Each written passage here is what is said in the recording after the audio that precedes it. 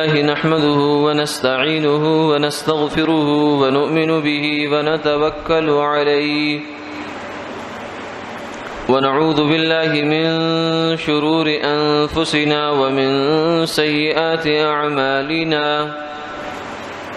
من يهده الله فلا مضل له ومن يضلله فلا هادي له ونشهد أن لا إله إلا الله وحده لا شريك له ونشهد أن سيدنا وسندنا وحبيبنا وشفيعنا ومولانا محمدا عبده ورسوله أما بعد فقد قال الله تبارك وتعالى والفجر وليال عشر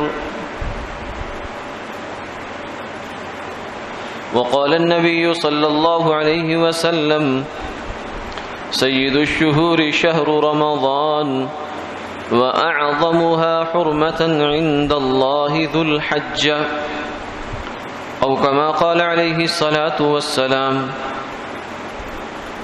صدق الله العظيم وصدق رسوله النبي الكريم ونحن على ذلك لمن الشاهدين والشاكرين والحمد لله رب العالمين اللهم صل على محمد النبي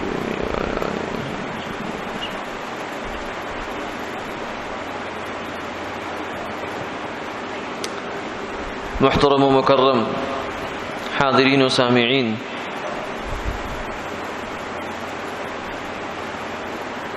جیسا کہ آپ حضرات کو معلوم ہے کہ ذوالقعدہ کا مہینہ ختم ہونے کو ہے، کل نہیں تو پرسوں، کل یا پرسوں میں ذوالحجہ کا مہینہ شروع ہو جائے گا۔ ہو سکتا ہے کہ آج کی رات ہی اس کی پہلی رات ہو جائے یا کل کی رات اس کی پہلی رات ہو جائے، کیونکہ آج 29 ذوالقعدہ ہے،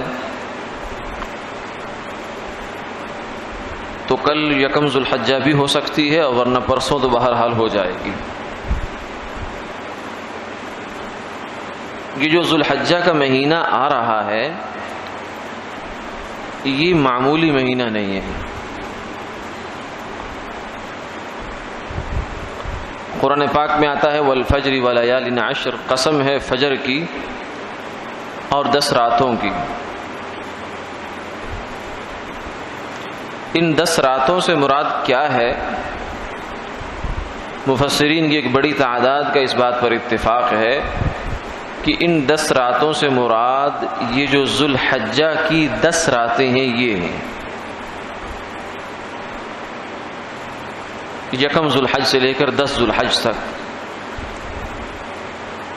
یہ جو 10 دن ہیں، عشرہ ذی الحجہ، 10 ذوالحجہ کو قربانی کی عید ہے، اس سے پیچھے کے جو 9 دن ہیں قربانی کا دن بھی اور اس سے پیچھے کے 9 دن بھی یہ عشرہ ذوالحجہ ہے، یعنی ذوالحجہ کے 10 دن ہیں۔ عشرہ کہتے ہیں 10 دن کو۔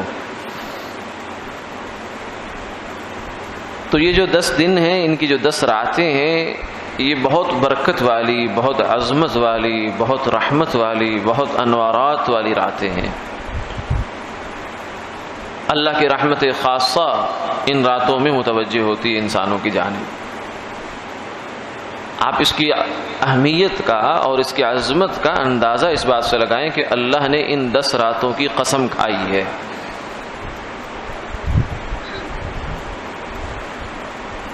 اسی لیے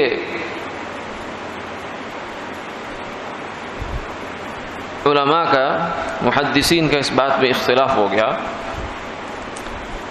کہ یہ 10 راتیں ذوالحجہ کے جو پہلا عشرہ ہے یہ زیادہ افضل ہے یا کہ رمضان المبارک کا آخری عشرہ؟ اس میں اختلاف ہو گیا، کیونکہ ادھر اگر لیلۃ القدر ہے تو ادھر یوم النحر ہے، یوم عرفہ ہے، عرفات کا دن ہے 9 ذوالحج۔ اور یہ اتنا بڑا دن ہے، اتنا بڑا دن ہے، اللہ کی رحمت اس میں اتنا جوش میں آتی ہے، اتنا جوش میں آتی ہے کہ عرفات کے دن، جس دن حاجی میدان عرفات میں جمع ہوتے ہیں، اس دن شیطان اپنے سر پر خاک ڈالتا ہے، ابلیس اپنے سر پہ خاک ڈالتا ہے، خاک، اور فرمایا کہ اس کی حالت اتنی بری ہوتی ہے، اتنی حالت اس کی بری اور بدتر ہو جاتی ہے کہ اس سے بری حالت اس کی کبھی زندگی میں نہیں ہوئی، حتیٰ کہ جب اللہ نے اس کو براندہ درگاہ کیا، آدم علیہ السلام کو سجدہ نہیں کیا، فرمایا اخرج منہا فإنک رجیم وإن علیک اللعنۃ الی یوم الدین، کہ نکل یہاں سے، دفع ہو جا، تو مردود ہے اور تیرے اوپر قیامت تک کے لیے لعنت ہے۔ اس وقت بھی اس کی وہ کیفیت نہیں جو کہ عرفہ کے دن یعنی 9 ذو الحج کو جب حاجی میدان عرفات میں جمع ہوتے ہیں اس دن جو اس کی کیفیت ہوتی ہے۔ کیوں اس کی کیفیت کیوں ہوتی ہے؟ یہ بھی آپ اللہ کے محبوب صلی اللہ علیہ وسلم نے بتا دیا، فرمایا کہ اس کی کیفیت اس لیے ہوتی ہے کہ اس کی زندگی بھر کی پونجی لٹ جاتی ہے، اس کی برسہا برس کی محنت اس کی لٹ جاتی ہے، پٹ جاتی ہے، ختم ہو جاتی ہے۔ وہ کیسے؟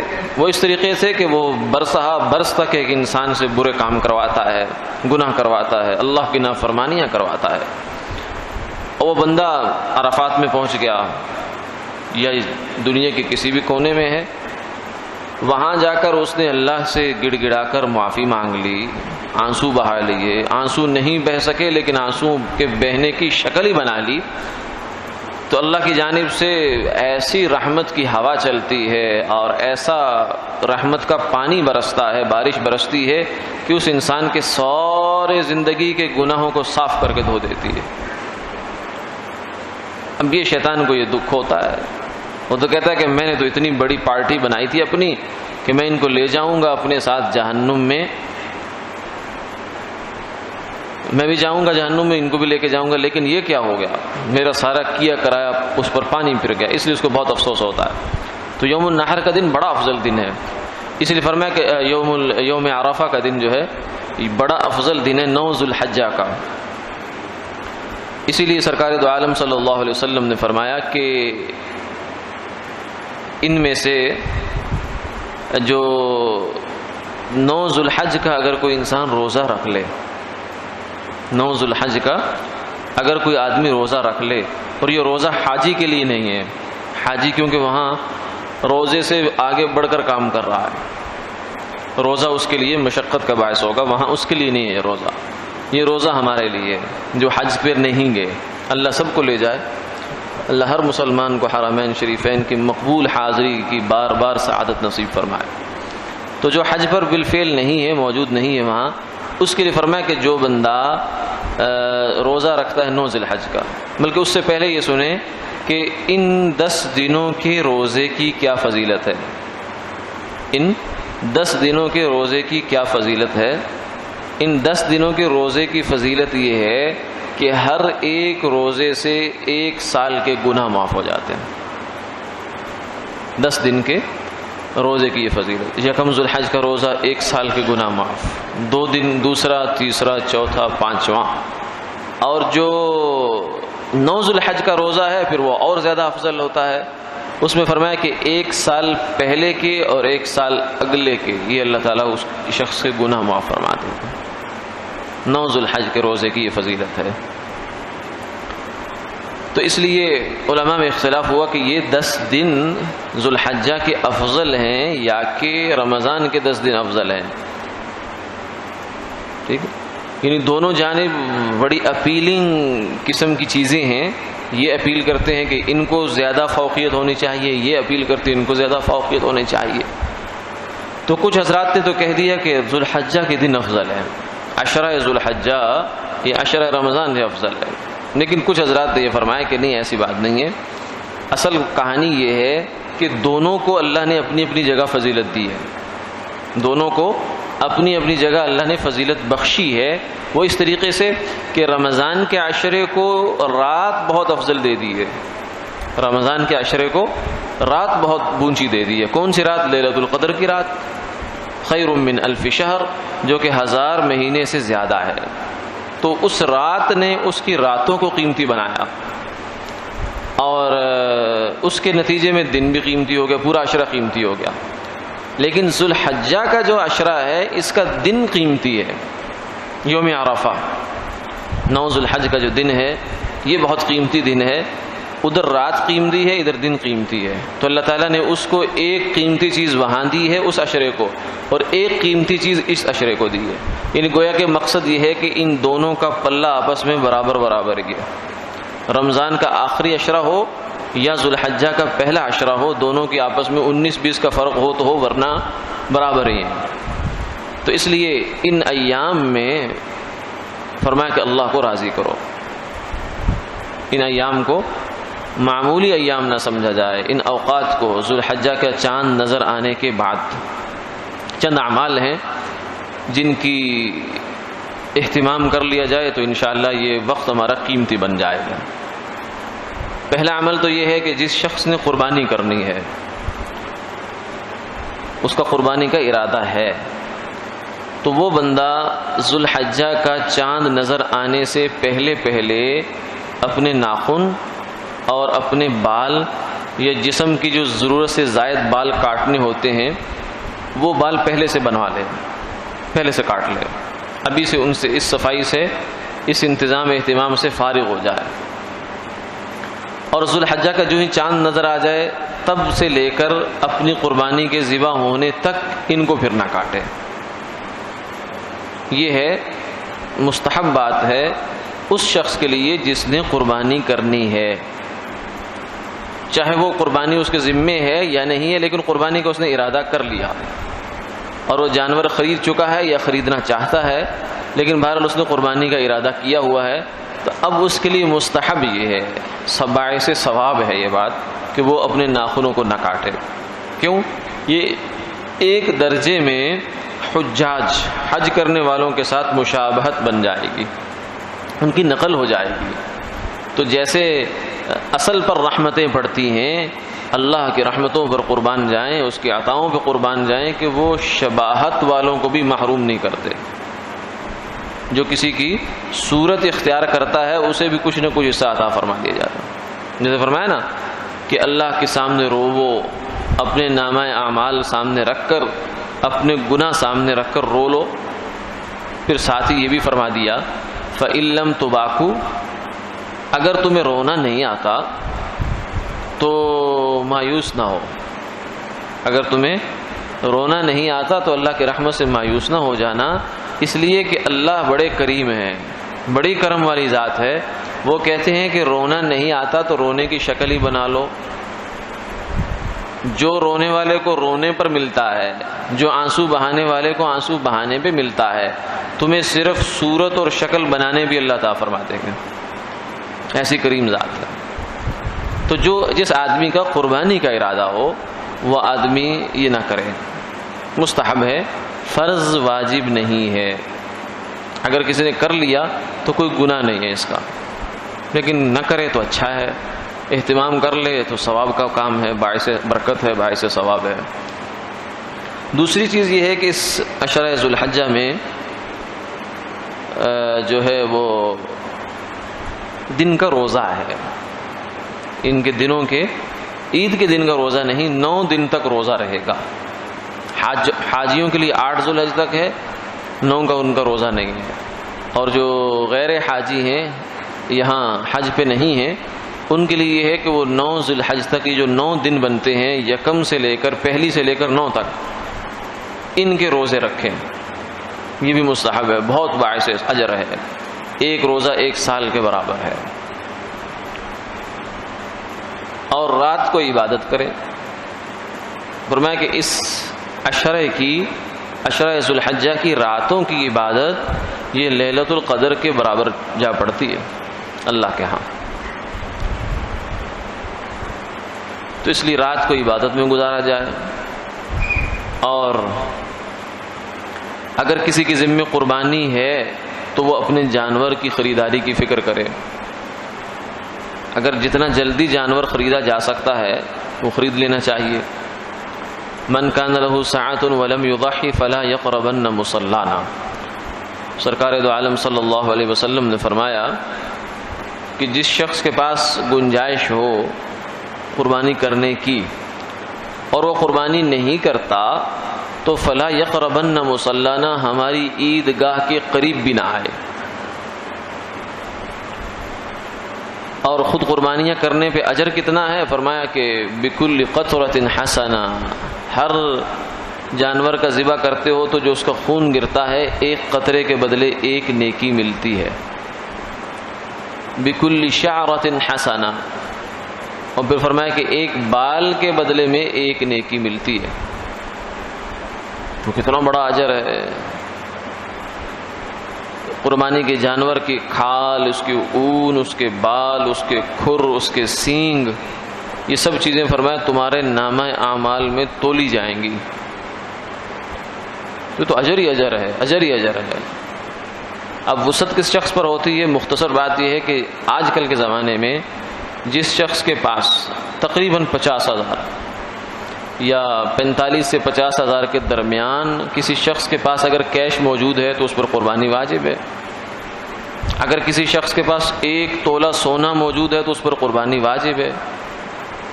اگر کسی شخص کے پاس ایک پلاٹ موجود ہے جو رکھا ہوا اس نے، اس کی مالیت اس سے زیادہ ہے، کہیں ابھی گھر نہیں بنایا اس پر، اس نے استعمال میں نہیں لایا، ابھی رکھا ہوا ارادہ ہے، تو اس پر قربانی واجب ہے۔ کسی خاتون کے پاس گھر کے اندر زیور موجود ہے اس کا اپنا، 1 تولہ ہی صحیح سونا، 1 تولہ سونا بھی چونکہ 45-50 ہزار سے بہت اوپر نکل جاتا ہے تو اس پر قربانی واجب ہے۔ اسی طریقے سے مستورات کا گھروں میں سامان ہوتا ہے جہیز کا، جس کو برسہ برس تک بس سنبھال کر رکھا جاتا ہے، حفاظت کی جاتی ہے اس کو زیر استعمال نہیں ہوتا۔ زیر استعمال جو کچن کے برتن ہیں وہ اور ہیں، گھروں کے اندر سامان رکھا ہوا ہے، بستر ہیں اور اس طرح کی چیزیں ہیں، ان کی مالیت اگر لگائی جائے اور وہ 50,000 کے لگ بھگ پہنچ جائے تو اس خاتون پر بھی قربانی واجب ہے۔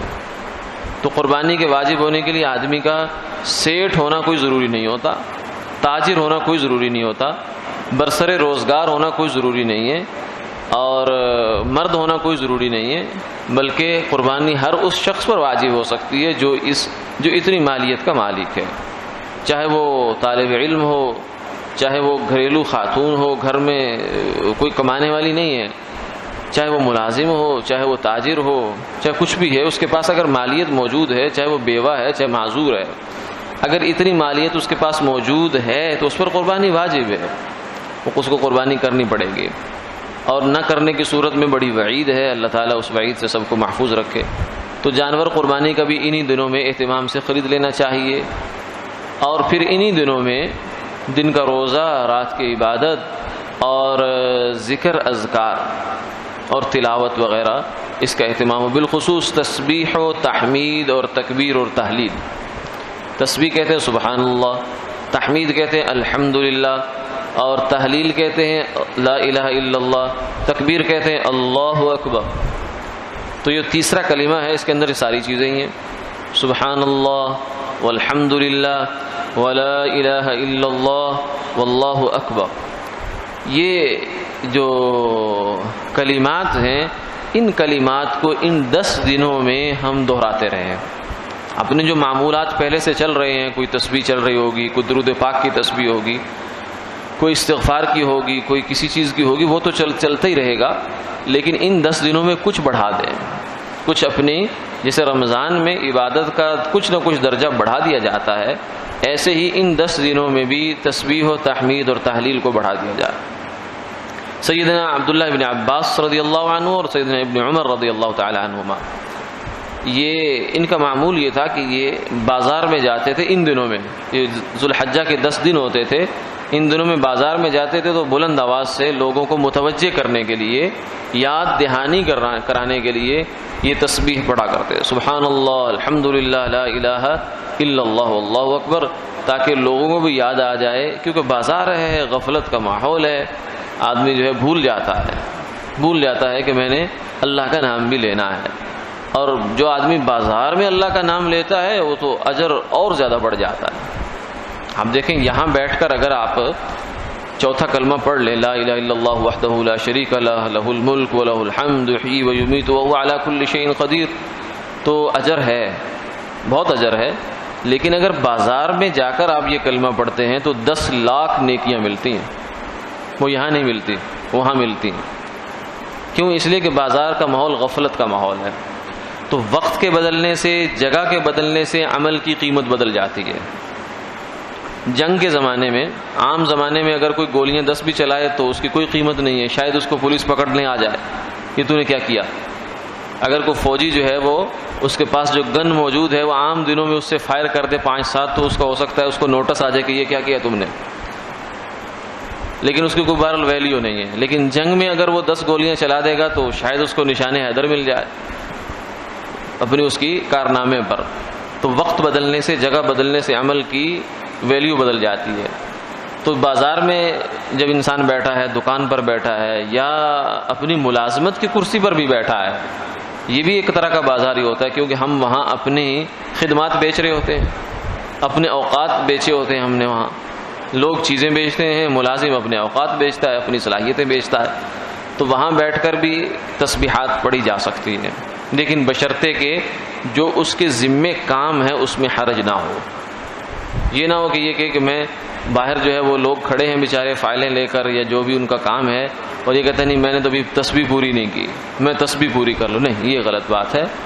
وہاں جب آپ کا ملازمت کا وقت شروع ہو گیا تو اب اس ملازمت کے وقت میں خدمت پہلی ترجیح ہے، خدمت پہلی ترجیح ہے، وہ اس کو پہلے کرنا ہے۔ اگر آپ کو وقت فرصت کا ملتا ہے تو آپ زیر لب اپنا، یا یہ بھی ہو سکتا ہے کہ ہاتھ کار ولے دل یار ولے، کہ انسان کام تو اس کا ہاتھ کا ہے، وہ ہاتھ سے کر رہا ہے، اس کے لیے سرسری توجہ بھی کافی ہے، لیکن زبان سے وہ کلمہ پڑھ سکتا ہے، ذکر کر سکتا ہے، حافظ قرآن ہے تو تلاوت کر سکتا ہے، تو کرتا رہے۔ یہ تو اس کے لیے اللہ کی جانب سے ایک اور سہولت کی چیز ہو جائے گی، لیکن پہلی ترجیح اس کی خدمت ہونی چاہیے۔ یہ نہیں کہ میرا اب جو ہے وہ میں تلاوت کر رہا ہوں تو لوگوں کو انتظار میں کھڑا کرتے، نہیں، یہ بات نہیں ہے۔ اس وقت میں اس کا سب سے زیادہ جو ضروری کام ہے وہ وہی ہے۔ تو تسبیح و تحلیل مستورات گھر میں ہو تو وہاں بھی یہ سبحان اللہ، الحمدللہ، لا الہ الا اللہ واللہ اکبر، یہ ان 10 دنوں کا یوں سمجھیے کہ ترانہ ہے۔ یہ ان 10 دنوں میں اس ذکر کی کثرت رہے۔ بازاروں میں جا کر صحابہ اس ذکر کی کثرت فرمایا کرتے تھے۔ تو ان 10 دنوں کو غنیمت جانیں، قیمتی جانیں۔ اور پھر جو اس کا عرفہ ہے، یوم عرفہ یعنی 9 ذو الحجہ، اس کا روزہ بھی، اس کی نسبت سے یہ بات بھی سن لیجئے کہ ہر دفعہ ہی تقریباً یہ بات چل پڑتی ہے کہیں نہ کہیں سے سوشل میڈیا کے اوپر کہ ہمارا یوم عرفہ کب ہے۔ یعنی سعودیہ میں تو عموماً چونکہ ایک دن پہلے چاند نظر آتا ہے، مطلع کا مسئلہ ہے، یہ تو اوقات کا چونکہ مسئلہ ہے، ہمارا اور ان کے اوقات کا فرق ہے، تو اس لحاظ سے چاند میں بھی فرق پڑ جاتا ہے۔ تو ان کا جو یوم عرفہ ہے یعنی 9 ذو الحج، عرفات کا دن، وہ ایک دن پہلے ہے، ہمارا بعد میں ہے۔ یعنی ان کی جس دن ہمارا 8 ہوتا ہے اس دن ان کی 9 ہوتی ہے۔ تو کئی ساتھی بیچارے اس کنفیوژن میں پڑ جاتے ہیں کہ یہ جو روزہ رکھنے کی فضیلت ہے 9 ذو الحجہ کی، یہ کس دن کی ہے؟ تو کچھ لوگ یہ غلط فہمی پیدا کرتے ہیں کہ یہ چونکہ عرفہ کا دن ہے اور عرفہ اور عرفات ملتے جلتے آپس میں لفظ ہیں، ٹھیک ہے، تو لہذا جس دن حاجی عرفات میں ہوں گے اس دن کا روزہ ہے، ٹھیک ہے، لیکن یہ بات صحیح نہیں ہے۔ بات یہ ہے کہ یوم عرفہ کا مطلب ہوتا ہے 9 ذی الحج، 9 ذی الحج۔ عرفات کے ساتھ تو اس روزے کا تعلق ہے ہی نہیں، کیونکہ جو حاجی عرفات میں ہے اس کے لیے روزہ ہی نہیں ہے۔ یہ تو روزہ اس کے لیے جو عرفات میں نہیں ہے، ہمارے لیے، یہاں کے لیے، یہ وہاں جو لوگ عرفات کے میدان میں نہیں ہے، روزہ ان کے لیے۔ تو اس لیے عرفہ اور عرفات کے لفظ ایک دوسرے سے ملتے جلتے ہونے کی وجہ سے یہ مطلب نہیں ہے کہ یہ عرفات کے دن ہی ہونا چاہیے، بلکہ یہ 9 ذی الحج کا دن ہے۔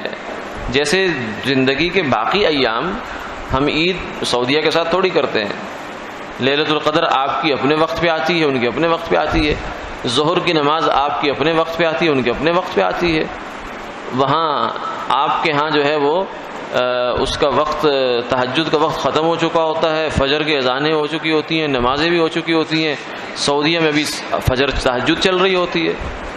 تو یہ تو شریعت کا اصول یہ ہے کہ جس جگہ جو وقت ہے اس جگہ اسی وقت کے تقاضے بھی ہیں، اس وقت کے ساتھ جڑی ہوئی برکتیں، رحمتیں، فضیلتیں جو بھی ہے وہ ادھر ہی ہے، اس وقت میں ہی ہے۔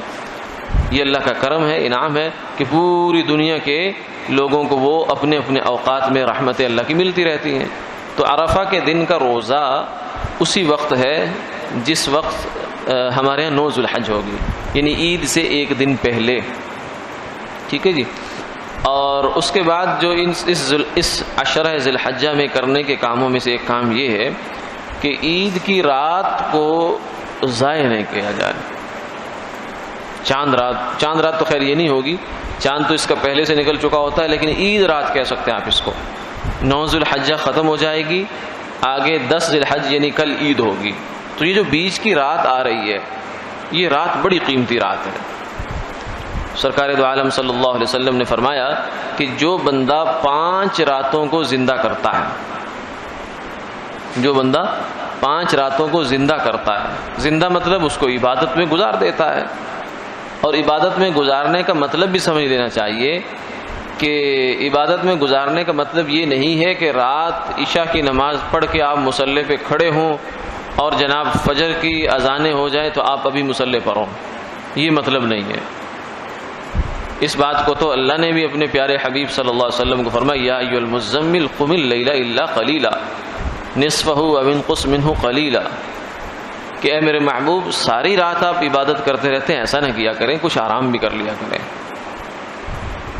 تو ساری رات عبادت کرنا ضروری نہیں ہوتا، بلکہ اس کے لیے کچھ حصہ بھی کافی ہے۔ ہاں یہ ضروری ہے کہ باقی جتنا رات ہے، باقی جتنا حصہ ہے، وقت ہے، اس کو گناہ کے کام سے بچایا جائے، اور آپ کچھ نہیں کر رہے تو سو جائیں،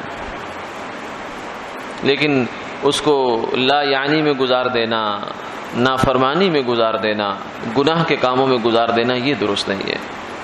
تو فرمایا کہ جو بندہ ان 5 راتوں کو زندہ کرتا ہے، اللہ قیامت والے دن اس کا دل زندہ فرمائیں گے، جبکہ لوگوں کے دل مردہ ہوں گے لیکن اس کا دل زندہ ہوگا، جن میں سے ایک رات جو ہے وہ عید کی رات بھی ہے۔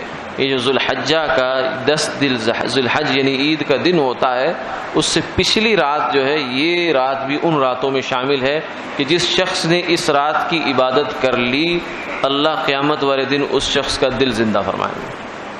یعنی مقصد یہ ہے کہ قیامت والے دن جو ہولناکیاں ہیں، قیامت کے دن کی بڑی ہولناکیاں ہیں۔ یا ایھا الناس اتقوا ربکم ان زلزلۃ الساعۃ شیء عظیم، اے انسانوں اللہ سے ڈرو، قیامت کا زلزلہ بڑی چیز ہے۔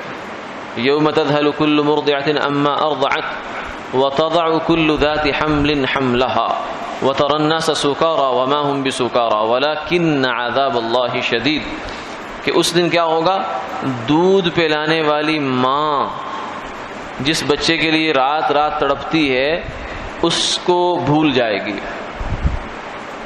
اتنی ہولناکی ہے قیامت کی۔ یہ نہیں ہے کہ وہ محبت کم ہو جائے گی، نہیں، بلکہ اس قیامت کے دن کا جو جھٹکا ہے، زور ہے، وہ اتنا زیادہ ہوگا، یہ بتانا چاہ رہے ہیں۔ سگی ماں دودھ پلاتے بچے کو چھوڑ کے بھاگے گی، اور جو حمل ہے وہ گر جائیں گے۔ وَتَرَى النَّاسَ سُكَارَى، لوگ ایسے بے ہوش مدہوش ہوں گے، مدہوش، حواس باختہ، کسی کو کچھ سمجھ نہیں آ رہی کہ کیا ہو رہا ہے۔ اب دیکھ لیں گے، ہاں ابھی کوئی چھوٹا موٹا کوئی ایسا حادثہ بڑے پیمانے پہ آ جائے تو لوگ ایک دفعہ کے لیے آدمی جو ہے وہ عجیب کیفیت میں چلا جاتا ہے، پھر رفتہ رفتہ حواس واپس آتے ہیں، آدمی نارمل ہوتا ہے، تو یہ کیفیت ہوگی۔ وَتَرَى النَّاسَ سُكَارَى، فرمایا کہ تم دیکھو گے لوگ مدہوش ہوئے پڑے ہیں، حواس باختہ ہیں، ایسا ہے نہیں۔ وَلَكِنَّ عَذَابَ اللَّهِ شَدِيد، اصل میں قیامت کا جو معاملہ ہے بڑا سخت ہے، بڑا سخت ہے، کیونکہ یہ پوری کائنات کی موت ہوگی۔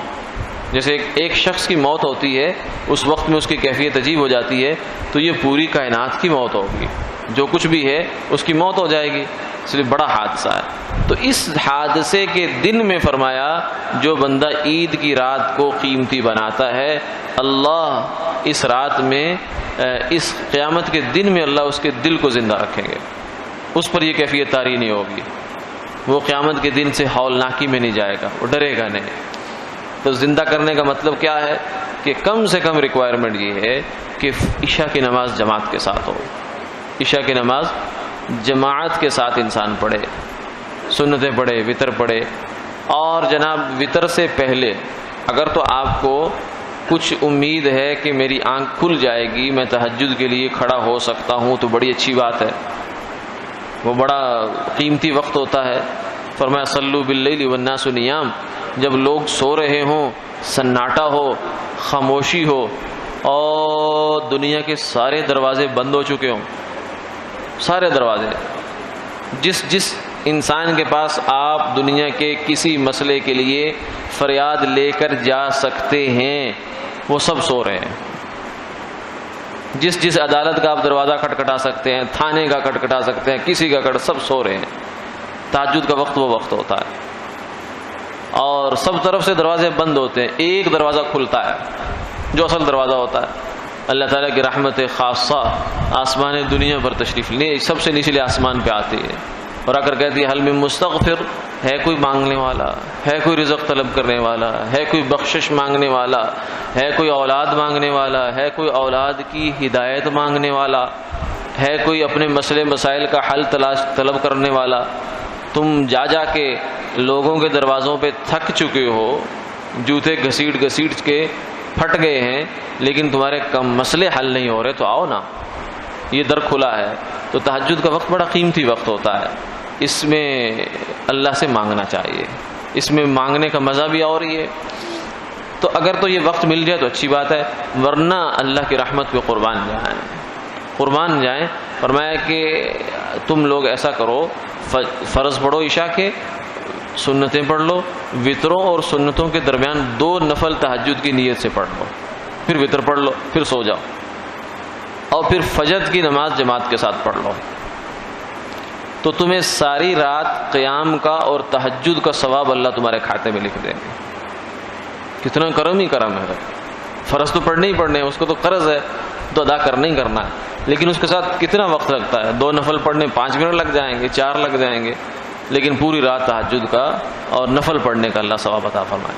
تو قیام اللیل آخری رات جو عید کی رات ہوگی، اس رات کو بھی قیمتی بنائیں گے، اپنے جانور خرادنے کی جو مصروفیات ہیں ان سے پہلے نمٹ جائیں، اس رات کو اپنی عبادت کے لیے رکھیں، جتنا وقت مل جائے اس میں نفل پڑھیں، اس میں قرآن پاک کی تلاوت کریں، اس میں درود پاک پڑھیں، اس میں تسبیحات استغفار کریں، صلاۃ التسبیح کی نماز جو ہے وہ پڑھ لیں، اور مسورات بھی عبادت میں اس کو گزار سکتی ہیں۔ تو انشاءاللہ اللہ تعالیٰ اس پر جو فضیلت ہے کہ قیامت والے دن ہمارے دل زندہ رہیں گے، اللہ کی ذات سے امید ہے کہ اللہ تعالیٰ سب کو انشاءاللہ عطا فرمائیں گے۔ وآخر دعوانا الحمدللہ رب العالمین۔